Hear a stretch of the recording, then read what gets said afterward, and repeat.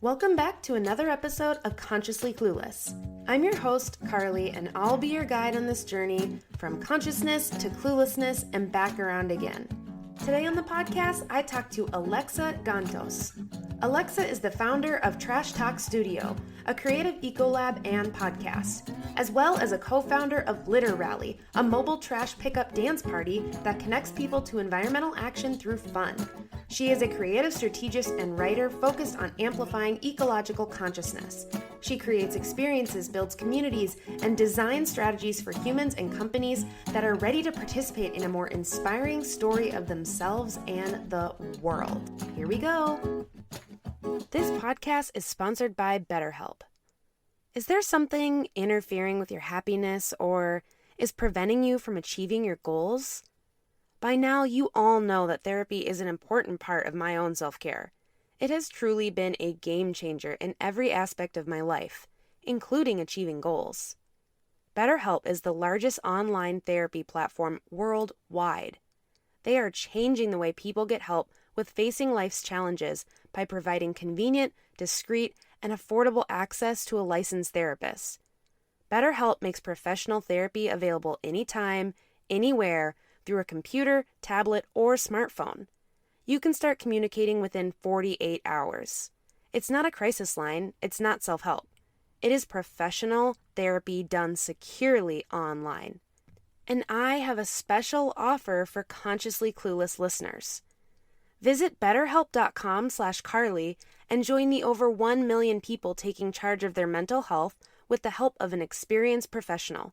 By using this code, you get 10% off your first month. That's betterhelp.com/CARLY. Take care of yourself today. Thanks again to BetterHelp for sponsoring this podcast. All right, awesome. Well, thank you so much for joining me this morning. I really appreciate it. Oh, thank you for inviting me. It's such an honor. Thank you. Of course, I'm really glad that we connected through the ASA Collective Pod Swap. It's a really cool place to find other people to chat with that are like-minded. I know, such an incredible community. I couldn't agree more. Yes, absolutely. So, the podcast is called Consciously Clueless, and that came from this place of me realizing this journey that we are on is just, clueless to consciousness, everything in between. So I like to start with asking guests where you're at right now in this moment on the spectrum from clueless to conscious. Where do you feel like you're at? That's such a wonderful question. Honestly, I'm just like, I've been doing environmental and consciousness work for years in many different capacities. And I feel like I always keep coming back to this idea of there's absolutely no arrival. Like at any time that you think that you learn something new, you're always reminded how much there is still to learn. Yes. So I'm in a place of feeling very, very humbled by the process. Mm. That is beautiful. There is no actual arrival. That is like making my mind shift a little bit. I'm like, okay, there's no arrival. What does that mean? But I like it. Yeah, I mean, I really like to consider myself a forever student. Absolutely. The more I've been in the path of a consciousness or whatever we want to call it, the more I realize it's an endless process of always learning. Yes, absolutely. So you are the founder of Trash Talk Studio, which is a creative ecolab and podcast. Tell us what that means. Wonderful. So what it means is that I think what will be helpful is to give you a little bit of background about myself. Yes, please. I come from the world of strategic design and systems. So what this means is that I've worked a lot on branding and communication strategies. I do a lot of consulting for companies. And it really comes from this place that is a bridge between the worlds of business and the worlds of creativity. So basically, how do you take all of these creative skill sets and apply it to a business problem? Mm-hmm. And for me, what I realized is that the other aspect of that that is incredibly important in the world, particularly in the world that we are in now, is that if we begin to integrate the ecological component to Mm-hmm. all of these three spheres, then we can actually create something pretty wonderful. I really believe that businesses move very fast. They Yeah. innovate very, very quickly. And when we're introducing environmental consciousness into business practices, in Mm-hmm. a way in which we're communicating it and visualizing it in a way that's attractive for people, we Mm-hmm. have an incredible, incredible opportunity to create a lot of impact at a very large scale. Mm-hmm. So when I say a creative eco lab, that's exactly what I mean. Trash Talk Studio has really become an umbrella and a studio for me to also offer consulting services for companies. So Um, consulting on how to be more environmentally conscious. yes, I would say there's normally two types of clients that I have. It's either the ones that are very early stage in the process and they're Mm-hmm. thinking about how do I become more environmentally conscious. So Okay. that's one. And then there's the others, which are they are on the journey, they're doing the thing, they have their environmental strategies in place, but they have no idea how to communicate it in a way that makes sense to their audience and to Right. people. And particularly in the context of the world of cancel culture, a lot of Mm-hmm. companies are really terrified of putting anything out there and being called out for greenwashing or whatnot. So there's an Yeah, important part of accountability to be mentioned. But I think absolutely. but I think it's also an incredible opportunity for us to be telling the environmental story in so many different ways for so many Mm, different people. Like there's no one single bullet, not one single story, not one single solution. Yeah, so right. it becomes a really fun creative practice to begin to think like how can we actually take the same concept and tell this story in 1,000 different ways so that 1,000 different people can hear it. Right. And then a thousand different people will pick up on whatever makes sense to them and they are connected to whatever story perks their ears up. Exactly. And then that will put them on their own journey on the spectrum. Right, absolutely. So speaking of journey, where did this interest, this passion for making the environment a better place, where did that stem from for you? So honestly, I find this to be such a hard question. I get asked this a lot. Oh no, I'm sorry. No worries, no worries. But yeah, I can never pinpoint one single moment. I do remember as a kid, I remember being in first grade and doing this project about the animals that were in danger of extinction. Mm, And I did this project about a snow leopard. And like the more I learned about the snow leopard, like I just remember being heartbroken as a little 7-year-old kid mm, that this beautiful, beautiful animal might be gone.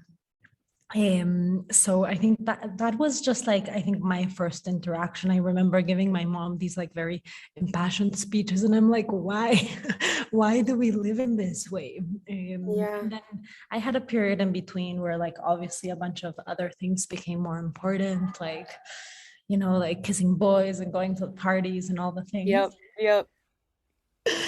And yeah, and then later in life, I think it was one moment when I was in my apartment in New York taking out the trash and just like having this very, very visceral moment of like, if I'm creating this much trash in a week and like there's Mm, 9 million people in this city and like they're all doing exactly the same thing, like what is this about? Like what are we yeah. do with this? And then like the more I learned about how honestly like what a myth recycling is, Yes. the more mesmerized I was by the whole thing. And it just like catapulted me in this whole journey where I went very, very deep with the trash piece and the zero waste piece for about 2 years, starting from that Okay. point, and then began to explore other branches.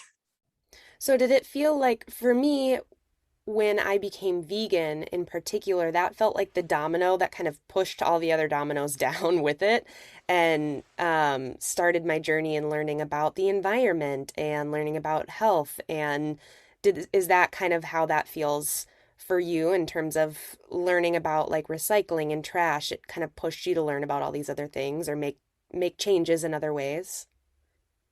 Absolutely. It's so interesting that you mentioned veganism and like the journey through food. I think Mm-hmm. both trash and food are really interesting gateways into environment Mm, because they're so tangible yes. and they're also so interconnected. You know, when I started going on this zero waste journey and like exploring a little bit more, what ended up happening is that by default, because I wasn't buying plastic, I also wasn't buying processed foods. Right.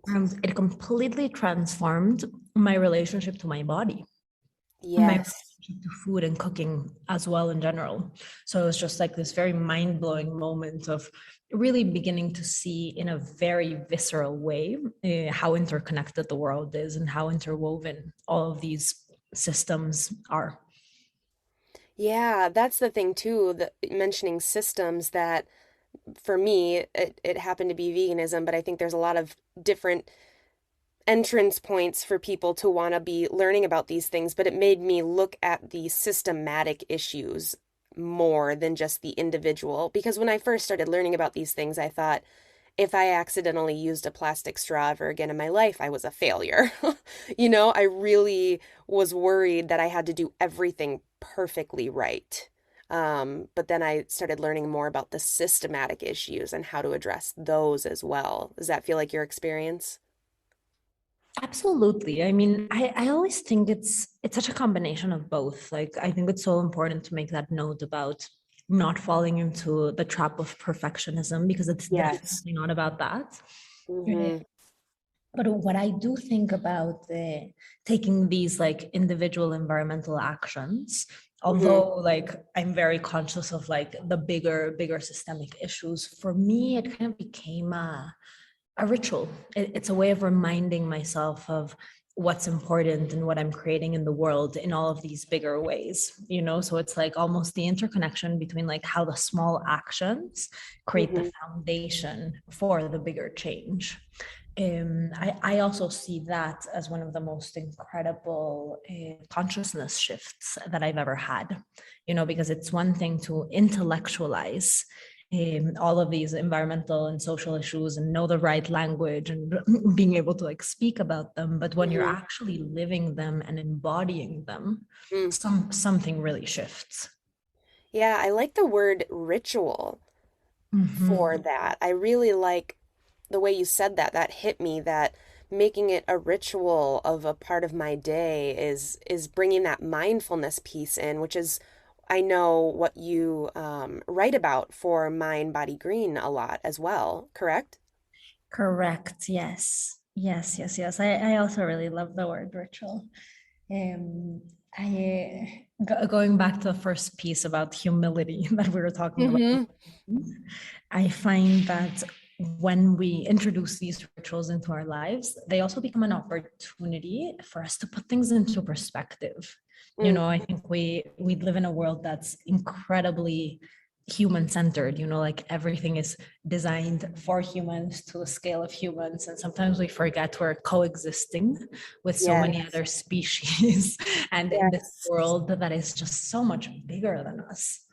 And I think these little moments of ritual really like help ground us back, you know, and like whether that's taking a moment before a meal to acknowledge that everything here came from the earth and from labor and the soil and the bees and everything that is in a single plate. You know, it's just Yes. a little bit, yeah, it just like reintroduces awe and wonder to life in a fun way. So, I read some of your pieces and about the intersection between mindfulness and nature. So, can you talk a little bit more about Like why bring mindfulness into Trash Talk Studio or talking about trash? Like what does that do for us?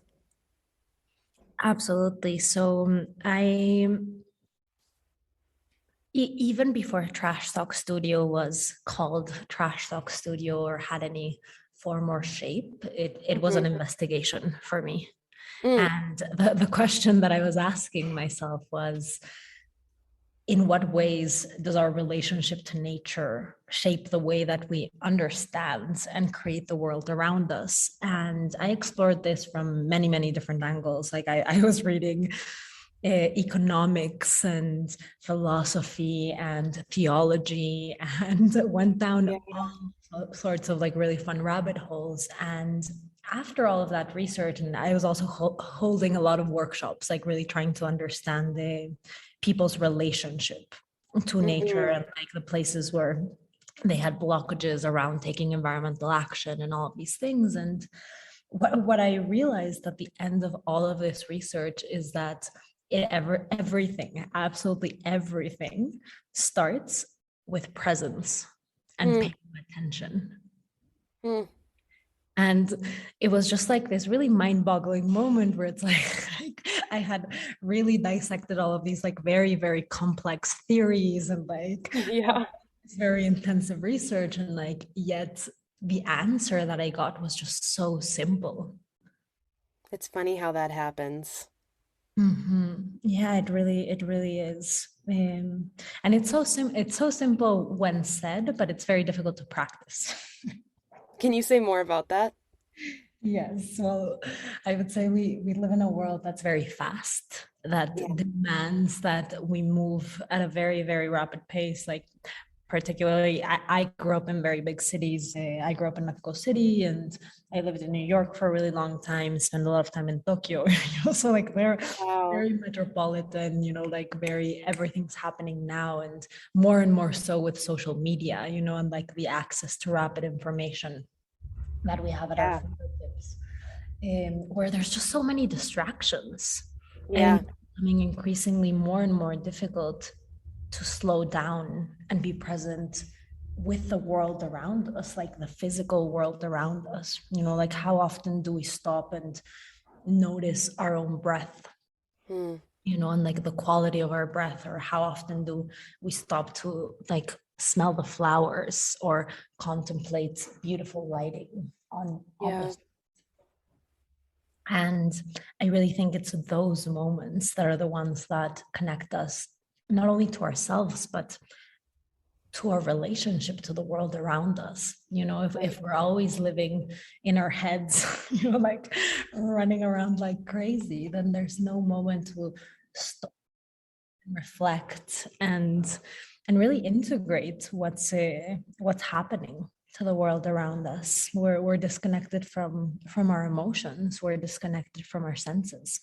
Having that mindfulness and that connection, for me at least, is also something that allows me to keep going even when it feels tough, or even when it feels like, how are we going to get out of this? How are we going to make it better? That mindfulness and that presence for me makes it so I don't spin out and become too anxious. Absolutely. Absolutely. I couldn't agree more. I think it serves the purpose of mm, calming our minds and allowing us to process really strong emotions. I think when you're very deep in environmental work, I think we're all familiar with having gone through periods of very intense grief for the Yes. world. And really connecting to mindfulness can really allow us to process those emotions in a very healthy way, where they become fuel for what we're creating in the world, for our projects. And then the other side of it is that I think it allows us to connect to the beauty of it as well. Mm, mm. That's really, really, really beautiful. So, you also are the co-founder of something called Litter Rally, a mobile trash pickup dance party That sounds like my jam. Please tell us more about that. It is exactly as fun as it sounds, if not, I have to say. So yeah, this was something that I started with two of my best friends in New York City a few years back, pre-pandemic times, hmm when we hmm could still gather freely. And it really came about because we cared so deeply about the environment, yet had a lot of friends who weren't necessarily as passionate. And we had been experimenting with like a bunch of different things, putting together things here and there. But really the purpose was like, how do we connect our friends to the things that we care about? And Right. we had this moment where we had organized a plugging event, which is picking up trash while jogging. Really not my favorite activity ever. But we were experimenting, and our other friend who's a DJ came with his little speakers and was playing music. And then we suddenly started to realize that people like started dancing a little bit here and there. And then we just had this moment where the three of us looked at each other and we were like, this is it. You know, like our friends love Yeah. dancing, they love music, they love being with friends and community. Why not just like blend all of this? It's just like crazy enough that it might work. And it did. We had our first event and had over 50 people in our in our first New York event. Oh, wow. Yeah, and then from there it just started growing very organically, because store owners and restaurant owners and just like people who were passing by would see us and be like, what is going on? And then like once they understood, they would just like smile or like burst out laughing. So you're So dancing in the streets of New York picking up trash. yes. Amazing. We had a lot of instances where you could see that people like were getting a little bit mad about like the noise and the chaos, and then they realized that we were picking up trash and they started smiling. So it was like a very endearing New York moment. Did it take off and start to happen in other places? Yes. So this is a really interesting one. We actually had a whole global expansion plan planned out for April of 2020. Okay. Uh-oh. Yeah. That completely fell through because of the pandemic. However, what we started realizing is that people in a lot of different places around the world started reaching out to us, and they were like, I want to do this in my city, in my community, for my friends, you know, in these like smaller pockets of groups. Yeah. So we actually went ahead and pivoted the entire organization in that moment and designed a whole playbook and onboarding package so that Wow. anyone anywhere can basically throw a little rally. And we also had one of my friends and co-founders was in Bali during the pandemic, so he started activating there. We had another incredible friend who was part of the New York crew who moved to LA, so he started activating there. So we've had a lot of little pop-up events in different places throughout the world, and I'm really excited once we're a little bit more in the clear and out hmm of COVID to really start reactivating that big time, because it really is such a fun activation and such a great way to connect people to the environment in a way that's also joyous, which I think is so important, particularly nowadays. Yeah. Were those events ever connected to any sort of like I'm imagining like learning or any kind of component of teaching them the why this matters? Yes, absolutely. Every single event started with an educational component, where we would have meditations, guest speakers. We did all sorts of really fun educational pieces that were also pretty interactive. That just sounds like really fun. Yeah, it really is. Yeah, we had a blast, and what I love about it the most is that creating that kind of experience also allows people to have their own embodied experience of Mm, a lot of these things. You know, it was very shocking to people to go around the city and realize the types of trash that they see in the street, because they could start to make a very direct link between like, oh, like I have that same toothbrush, but now I'm picking Yeah. up, or like, oh, I used to use that deodorant brand. Yeah, that's So that's a good point. it becomes a really interesting thing where like I don't need to stand up and tell them, they like realize it by themselves, which is also so much more powerful than someone standing up and preaching like, this is good, this is bad. Yeah.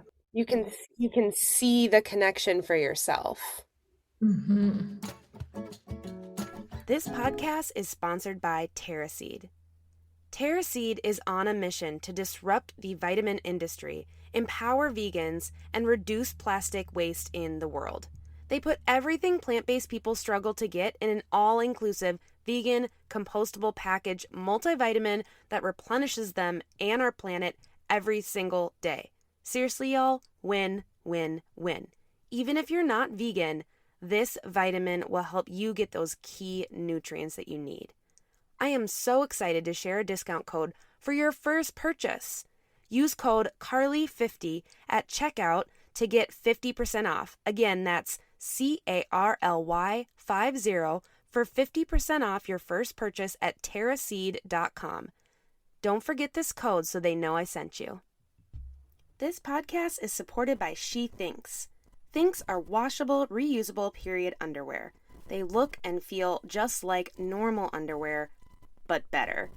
Every pair of Thinks is made with their signature innovative technology for the ultimate period protection. Their breathable products are safely made with cotton, nylon, and elastin for a little stretch.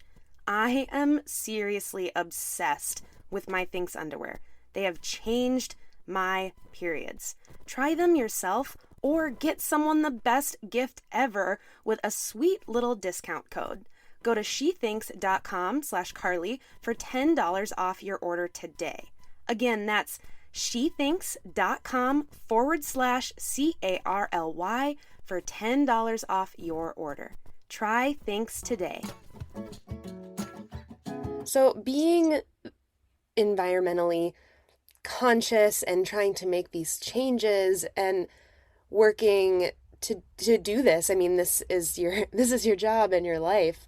Has that ever been a problem for like any of your relationships or other people in your life that don't get it? I'm imagining, or I'm kind of thinking back to my own experience of my own awakening and becoming vegan and then becoming really interested in the environment. And some people thought I was losing my mind or didn't really want to talk about it. Or, yeah, I'm just wondering like what your experience is like with the people in your life who maybe aren't on board. Yeah, that's really interesting. I mean, obviously, sometimes, particularly when I'm back home in New Mexico, it becomes more difficult with the like not eating meat and all of these things, like Yeah. a little bit of tension with my parents. But I've really like my philosophy is very much like live and let live. Mm, I very early on decided like it's not my job to try to convince anyone else mm, about anything. So I'm just like, I do my thing, I'm like in my own lane, living my life, doing my thing. And then the people that are curious will come up and ask me questions and like all of these things, and like I'll answer. But I really never, I never talk about it to anyone that isn't interested or doesn't want to listen or isn't quite there yet. I think it's super, super important to respect other people's processes as well, and I really do think it's so important to also get out of the binary of like wrong versus right. yeah. I think everyone is doing their things, and like as much as I personally believe that this is a lifestyle I want to pursue, and I will do everything that I can to contribute to creating a healthier world and environment. I also understand that some people are just not ready to face that grief, Right. or to even be with the heaviness that entails. So It's a delicate one. It's an interesting one as well. But yeah, I Yeah. definitely find that leading by example is the best, and knowing that Byron Katie says something very interesting where it's like my business, your business, and God's business. Well, in the beginning of my journey into this kind of world, I definitely took the approach of um, the angry vegan who wanted to tell everyone what they should be eating and doing. And surprisingly, that didn't really get me far. And when I got through that and just started living my life, is when people wanted to talk to me more and were more interested in thinking, hey, I could do that. How do you do that? Help me. I love that. And I think it's such an important part of the process, and it's super, super interesting when those things start happening. And someone who you thought would like never comes and is like, what's this about? Yes, those are the best Uh-huh. moments. Uh-huh. Thinking back to the moment that you had in New York where you were like looking at your trash and you're like, I have to make a change. What am I doing here? Did that also help you transition to being plant-based, or were you before, or what's your experience been with that? So I've been very plant-based ever since I was about 16. Oh, So okay. see, this was like way, way, way, way back. And it actually wasn't for environmental reasons initially.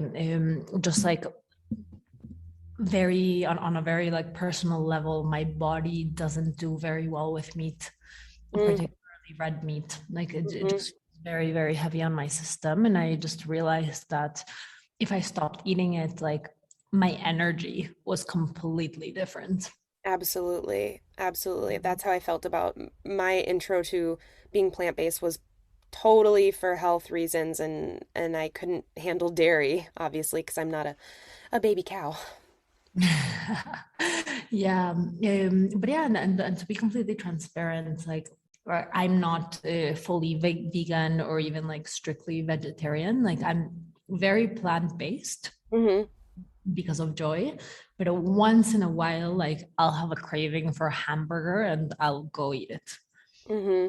And I also think like going back to this idea of perfectionism, like I think it's important to normalize that. Of like I'll be vegetarian for months at a time, and like once in a while, like I obviously am very conscious about it being the most like grass-fed natural thing that one can imagine. But um I do think it's important to normalize exactly the same as like zero waste, like doing things imperfectly sometimes. Hmm.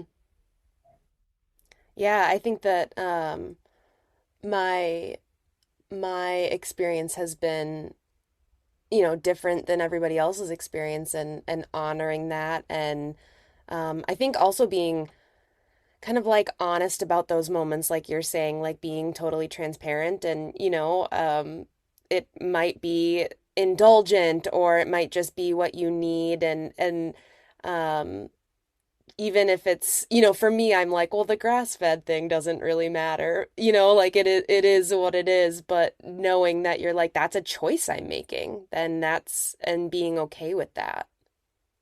Absolutely. And a book that I would really recommend for anyone who's curious about exploring this for themselves is The Omnivore's Dilemma by Michael Pollan. Hmm. I really like his approach where he takes you through his experiences of these different meals, like without making any conclusions, but just like giving you all the facts. Hmm. That was a super insightful book for me as I was exploring all of this. So you said that when you visit your parents, and there's a little bit of, like you don't really eat meat, and is that hard before like cultural reasons, or where does that pushback from them come from, do you think? I think it's very cultural. I also think it's very generational. Like Yes, yes. I think different generations have different understandings of food and what's healthy. Mm, yeah, absolutely. I've had that thought as I want my parents to be healthier and I want them to listen to me, and I also have to remember that like that generational difference is real, and what we were taught and what they were taught is like a very different school of thought, and meeting each other where we're at. Absolutely, absolutely. And we've definitely like gone on a back and forth, but I realized like I get so annoyed when they try to change my diet. Mm. Okay, then I'm not gonna do the same to you because I know how it feels on the other side as well. Oh, that's a good reminder from me. Yeah. They're always like, have you had enough protein? Yeah, yeah. Oh my God. So what are exciting things you're working on right now that you want to share with the audience?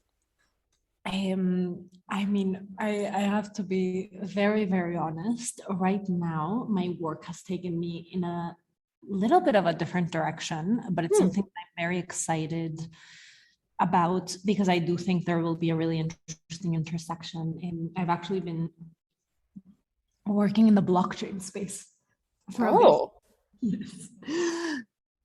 Doing organizational design, but what I am really interested about this whole space is like really thinking about decentralized organizations and decentralized communities and okay. the power. What does that mean? Tell me more. So when we think normally of how an organization operates, it's very hierarchical. You know, I think of a pyramid, you know, Right. where there's a very clear leader and a very clear structure of decision making, and it's very from the top down. Hmm. And what's happening with blockchain technology and crypto and a lot of these communities is that they are a very, very co-creative process. You Okay. know, they're organized via Discord, and then some like there's so many developers Yeah. that are because they're just simply interested in the technology and the world that they're creating that will give their time away for free or propose a project or create something for a particular blockchain or crypto foundation. So there's multiple people all over the world co-creating the technology That's at the wild. at the same time, which is absolutely wild. It's like a completely different way of working than, Yeah. you know, there's an incredible amount of knowledge sharing as well between all of these different blockchain technologies and foundations, you know, which is very different from the very competitive business landscape that we're used to. Yeah, that kind of capitalist top-down system that we're all entrenched in. So it's a really interesting space to be exploring right now from an organizational design and from a community perspective, where a lot of the questions that are arising is like, how do we, is it possible for us to organize ourselves in a decentralized manner where like our ideas of leadership are completely changing, you know, where there can be multiple leaders I think simultaneously, but then like if that happens, like how do you create something that's efficient and like actually moving forward towards the vision, you know, and like staying true to certain values. So Yeah, that is so fascinating. I'm so glad this came up because I'm a novice. I'm just getting into like Bitcoin and learning, and I have a friend who's been helping me, and I'm like, I don't know what this means. But one of the things I've been trying to look into, but there seems to be a lot of, from what I can see, and maybe you can guide me here, back and forth on what is the environmental impact of these things, and like how do we make choices within that space to be lessening our impact? I don't even know if that question makes sense. it does make sense. Okay. So yeah. Okay. I, I think most people are probably aware that crypto has a really, really large environmental cost, particularly the first generation of crypto, which was just really, really intensive energy wise and in terms of storing information. Fortunately, in this new wave of crypto, there's a lot of technology developments that are making the technology way, way lighter. Okay. There's starting to be a lot of really interesting alternatives environmentally. And I think as the technology continues to develop, it's Mm-hmm.